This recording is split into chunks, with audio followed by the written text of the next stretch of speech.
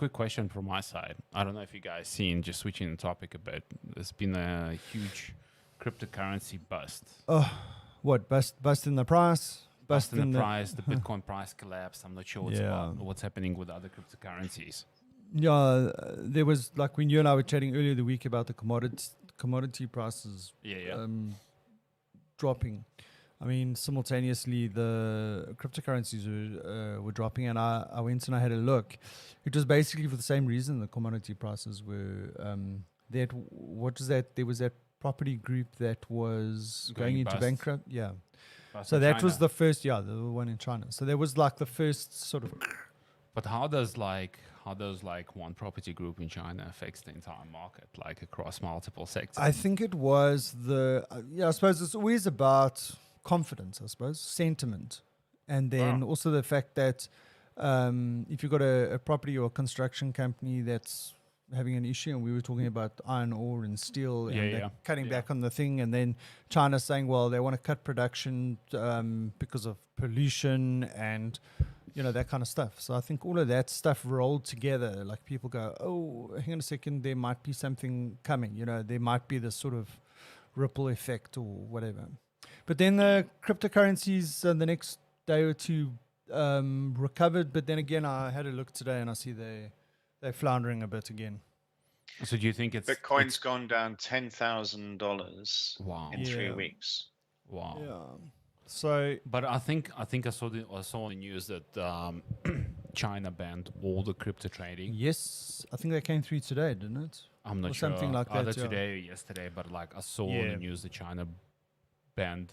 I think I'm not sure whether it was all crypto or just Bitcoin, but I could see that like they had a chart for Bitcoin price and it was crashing. Yeah. Yeah, no, it's true.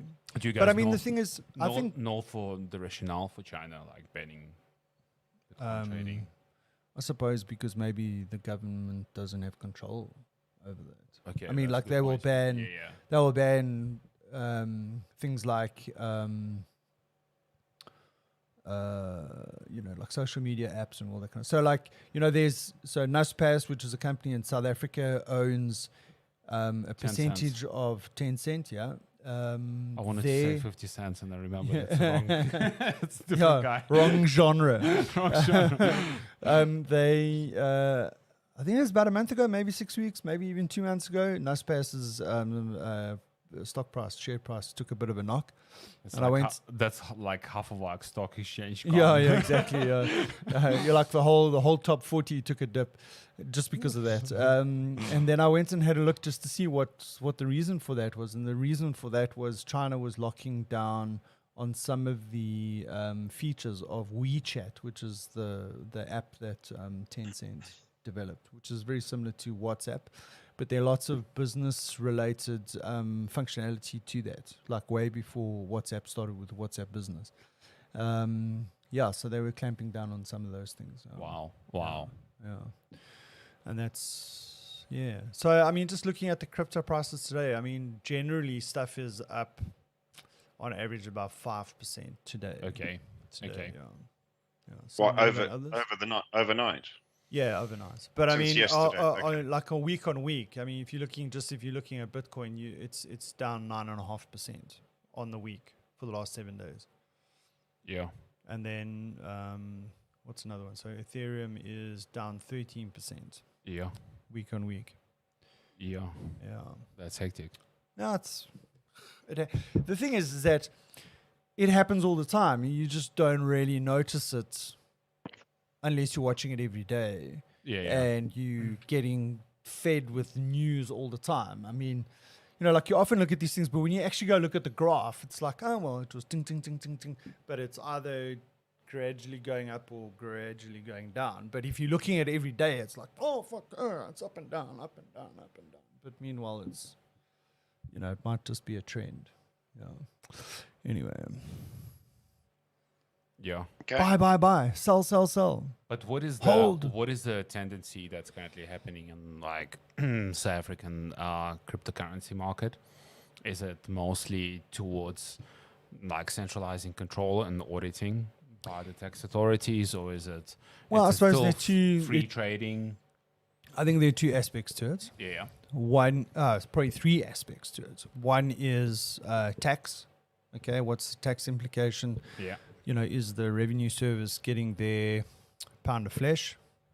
Then there's the financial regulatory kind of aspect to it, where it's like, okay, people that are investing this, are they protected in some way if something goes wrong, which currently they're not, because it falls out the bounds of the financial advisory board at the moment.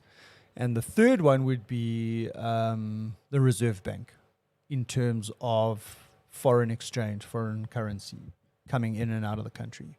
Mm-hmm. So I think those are the three aspects that, there are probably more, but I would say those are the three main aspects where there's developments. So we know SARS is starting to talk about monitoring people's cryptocurrency holdings. Yeah, basically on your tax return, you have to disclose your crypto holdings, even though you might not have bought or sold. They want to know how much you've got.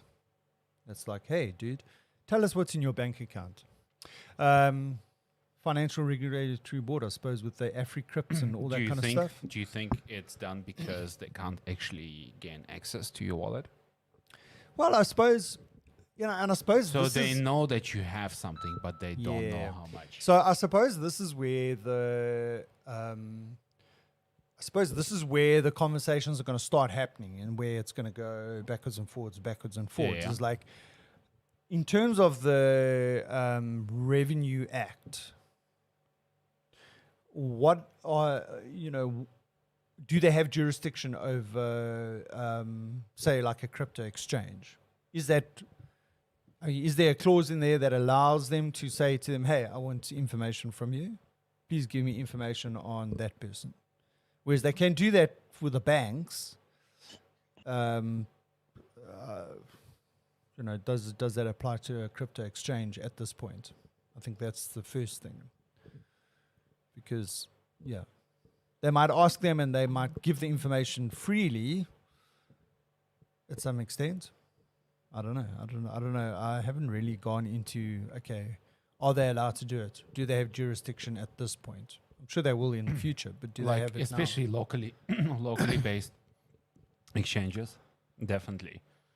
But would you find locally based exchange? Like, for example, like if Luna, for example, has a site, has a service, right? Yeah. For South African users, but their servers are based in, just say, Netherlands. Well, I suppose they're a registered company in South Africa, so that then all of a sudden makes them accountable to the CIPC. What's that? It's basically the company registrar. Yeah, the company registrar. So you have then some sort of obligations in terms of that, and then because of the fact you're a registered business, then obviously you fall under the Companies Act or whatever it is that they have, and then obviously the things that you have to do every year. You've got to submit. You got to pay your registration to the CIPC. You got to, hand in your financials every year, tax, the whole thing. Yeah. So, and let's say in UK, what is the movement in that space? I think he's on mute. You're on mute. No, the trends are pretty much the same.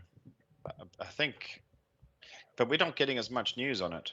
There's so much other stuff going on. So,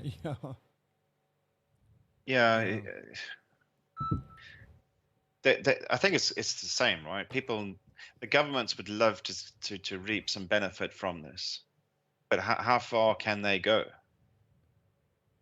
Yeah, I think we want people to keep their money and not push it offshore. So, if you're too intrusive, that's the economy loses out. Yeah. But if you're too not intrusive enough, then you lose out. So let's see. This has still got a long way to go yet. Yeah. Interesting. Yeah, look, and I think with everything, it's like in the beginning, there's like whatever the rules and regulations are, just don't cover, the way their technology or the way the world is moved, and they're always like a couple of steps behind. Yeah. So I think if you, like in the case of cryptocurrency, I mean, it's been going for 10 years, right? This is like only now But they're I think starting what to. changed now is that now there's serious money flowing in those ecosystems. So Yeah. like people like when it was just enthusiasts and people are talking about decentralized financial system, but without any actual money flowing, let's just talk. Nobody actually pays attention. But once billions and billions of dollars start flowing, then it catches people's attention. Yeah, no, I agree. No, absolutely. You know what I mean? Absolutely. Yeah, There's no doubt about that. money talks. Yeah, money does talk. Money talks. But I suppose the guys that are like in early, high risk, high reward. Yeah. Guys that get in right about now, medium risk, medium reward. And the guys that get in later, well, everything would have like normalized to an extent, and Yeah. like your, because like I suppose people always think of, oh, geez, look at that guy. He bought like 10 Bitcoin 10 years ago, and now that's like, driving a Lamborghini kind of thing. Yeah. I think those days will eventually come to an end to a certain extent, because there'll be so many other things like having to pay tax and all that kind of stuff. I mean, those early guys that made shitload money on Bitcoin, I mean, did they actually pay tax? I'm not sure. I doubt it. It Doubt it. I mean, it's like almost like an underground poker the game. rest. It's almost like an underground poker game Mm-hmm. in the beginning. Yeah.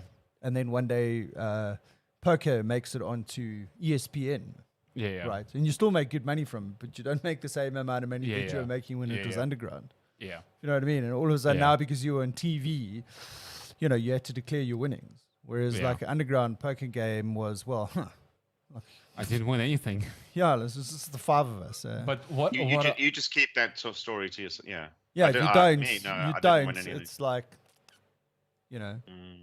yes.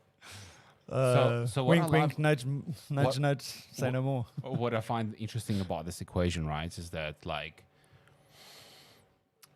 different tax authorities, whether it's in UK and South Africa, can monitor movements in and out of the wallets, but they don't know exactly how much is in the wallet. Well, it's almost like they could stand by the bank account and watch the money moving in and out, right? But they can't actually look into it and see what's inside. yeah, like how much is in there. It's like, why is that? Yeah. Well, Why look, I is mean, that? Like, what prevents them from doing that? I mean, the exchange knows. well, I mean, the thing is, I suppose the exchange does know in a way. I mean, I suppose it's like your bank manager would be able to see what your balance is in your bank account kind of thing, because he's got access, but I don't know. But I mean, SARS can phone up the bank and say that, with the right paperwork, they can see exactly what's in your bank account. And they can see what you've been, money coming in and out your account for the last 5 years. But not the crypto wallet. No, not the crypto. No, but that's what I'm saying, is that they can with the banks because they've got the authority to do that. And that's why I go back to what I was saying earlier on, is like, I don't know how far their sort of jurisdiction stretches when it comes to cryptocurrency. And when they call up the cryptocurrency exchange and they go, hey, I want some information on this guy, I don't know how much information the exchange is under obligation to provide. They might say, oh, okay, this guy We don't know this guy. extracted Well, let's just say X we don't know amount. this guy. Like, we don't know this guy. Well, I'll tell you an interesting thing. So on Luno, if you've got a personal account, let's say you invest 10,000 Rand into your account. Okay, you go to the thing, you open an account, all it needs is your email address and a log on. Okay, you create that, so they don't really know who you are. I think they do ask you for your name. I can't remember if they asked you for your ID Your at that point. authentication is tied to a cell phone, which means, and if your cell No, phone it's not a is cell phone. It's not a cell phone. I'll go into my browser. Okay. Incognito, using a VPN, whatever. I can go create a Luna account. Mm-hmm. Right, so I create the Luna account. I put 10,000 Rand in there. I buy some cryptocurrency. it goes up 20%, 50%, 100%, whatever. So now let's say for instance, I've got 30 grand in there. Okay. Now I want to take it out. They say, sorry, you can only withdraw 15,000 rand. You joking? Yep. How come? If you want to draw more, you need to give us more details. So send us your send us a photo of your ID and send us a photo of you. Yeah. Right. And they're doing this under the protection guise. They're trying to protect you as the account holder. Yeah, exactly. And then if you want to draw more, you need to give us more information. If you want unlimited, okay, we need to know your proof of address. Yeah, so that's where it's going. And likewise, if you got a business account, exactly, they want the full hog, dude. They want your company registration papers. They want a letter from the directors on who's allowed to operate in the account. The whole thing, dude. You basically need to go for a DNA fucking test. So it's even more hectic than the bank, actually. Well, yeah, I suppose so. Yeah, definitely. Wow. Definitely. Wow. Yeah. Do you think a lot of people will close No, but I them? mean, I suppose if you open up a bank account, it's the same thing. They want your company registration. They want a letter from, they want the director's ID. They want a letter from the director who's got authority on the account, etc. And they, But that's not the case with international exchanges. What do you mean? With international crypto exchanges? Yeah. Well, remember, you're not like if you're using an exchange, an international exchange, right? Yeah. You would probably, if you wanted to convert that into fiat money, so like into dollars or whatever it might be, you would have to go through that. So if you go to Coinbase and you say, okay, you want to link your account to a bank account so that you can extract the money, now they want the information. They want proof of address, etc., in the US. Yeah. Okay. Yeah. So, the bottom line is like if I've got cryptocurrency and let's say like the Luna wallet only accepts that you work in certain currencies, cryptocurrencies, Bitcoin, XRP, Ethereum. Mm-hmm. Right. I think, and then there's some stable coins, USDC, and so on. Those are the only sort of coins that you can exchange on their platform. But let's say I bought Ravencoin as an example, or I bought another altcoin that I thought was going to pump. Right. Mm-hmm. So I converted my rands into some sort of cryptocurrency. So like I deposited it into my account on Luno. I then converted it to Ethereum or Bitcoin. Yeah. And then I transferred that Bitcoin from that Bitcoin address to another Bitcoin address on an exchange where I can buy Ravencoin, Uniswap, Pancake Swap, Crypto Binance, whatever it might be. Yeah. Put my Bitcoin there, I converted it into Ravencoin. So now I leave it there, Ravencoin pumps, but I think it's now going to dip again. So I think, okay, I want to cash out. So I converted back to Ethereum or Bitcoin. Yeah. On that exchange, and now I want to draw the money. So then I bring it back to my Bitcoin address on Luno, and then I can put it into my account, into my ZAR wallet on Luno, and then from there I can put it into my bank account. And you can only draw the money into a bank account that's in your name. They will not allow you to. So, like for instance, think about this. Let's say I said I wanted to pay someone in rands, okay, but I want to use my cryptocurrency. Let's say that they can't accept cryptocurrency, but I want to use my cryptocurrency to pay them. I can't convert it from cryptocurrency to my ZAR wallet, which would be in rands, which theoretically I could take into my bank account. I can't transfer that money into someone else's bank account. So I can't like pay a supplier. But could you, for example, say transfer an equivalent in Ethereum, for example, say to the supplier? Sure. Yeah, sure, absolutely. If they've got let's say they had a Luna business account, I could say to them, okay, Oh, okay, I want to buy a graphics card from you. So it's fine. We've got an Ethereum wallet. If you want to pay in Ethereum, you can do that. Not a problem. So I transfer the amount from my Ethereum wallet to their Ethereum wallet. Not a problem. And it's their business account. They can take that out as cash. That's fine.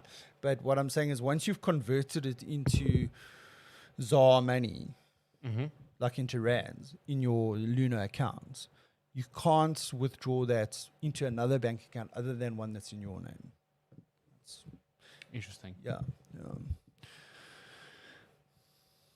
Next question. It's becoming tight out there. Huh? Yeah. Like, it's becoming like... Yeah. But I mean, just think about this.